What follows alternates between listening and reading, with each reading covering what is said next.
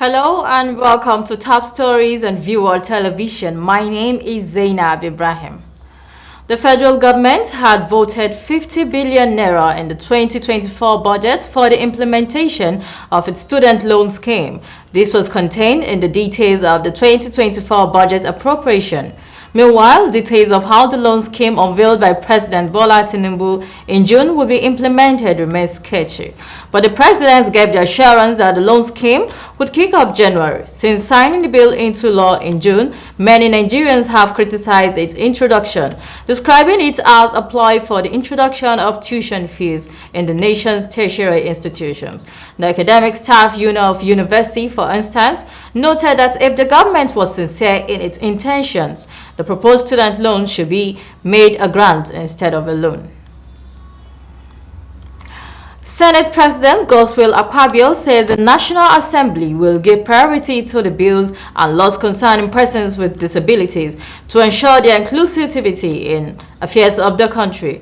Akpabio stated this in his remark as the commemoration of the International Day for PWDs in Abuja. The 2023 commemoration of the day with the theme Renewing Hope Together for Disability Inclusive Societies was organized by the National Commission for Persons Living with Disabilities. According to Akpabio, nations across the globe have made commendable efforts to foster an environment that embraces diversity and inclusion of PWDs. The crisis rocking the Rivers State House of Assembly took a new twist on Wednesday as 27 lawmakers loyal to the Speaker, Martin Amuewele, sat under tight security in the complex.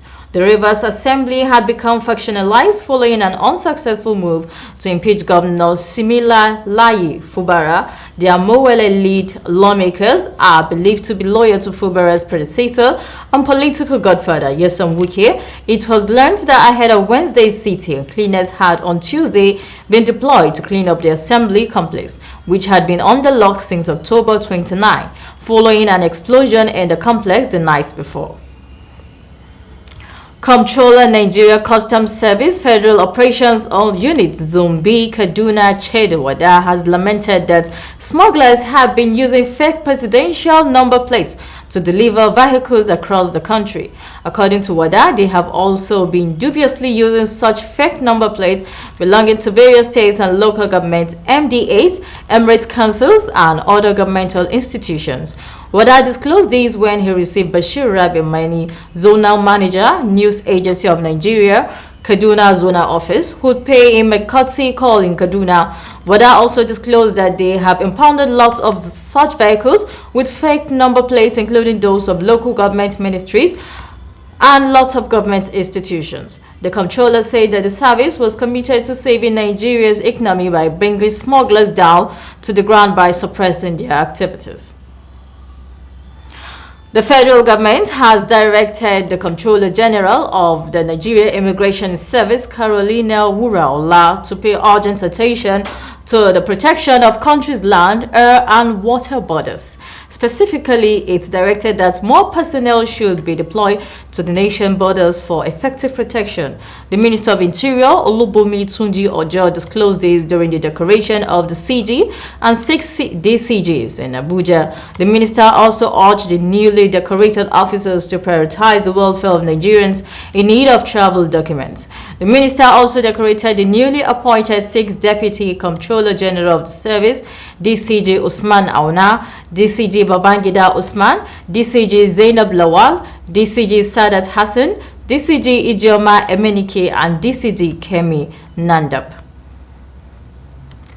Lagos State Governor Babajide Sanwo-Olu sworn in 2 new members into the executive cabinet. The new cabinet members include the Commissioner for Energy and Mineral Resources, Mr. Abiodun Ogunleye, and Special Advisor on Infrastructure, Mr. Olufemi Daramola. Speaking during the ceremony at the ESCO Chamber, Lagos House, Ikeja, Sanwo-Olu urged the newly appointed cabinet members to start working immediately and take their responsibility to an enviable height to meet the yearnings and expectations of Lagos residents.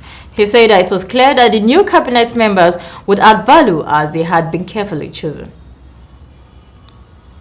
The naira fell by 17.91% to $951.22 on the official investor and exporter forex window on Wednesday. This was as the dollar supply fell by 4.94% to $135.58 million from $142.63 million.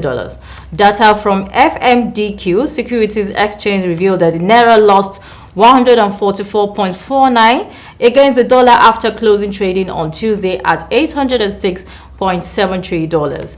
The naira opened trading at $828.33 on the day before hitting a high of $1,159.10 and low of $701.00. It eventually closed trading at $951.22. Total dollar turnover on Wednesday was $135.58 million. Russia's upper house of parliament set March 17, 2024 as the date for the next presidential election, in which longtime President Vladimir Putin is widely expected to run again in a meeting televised live.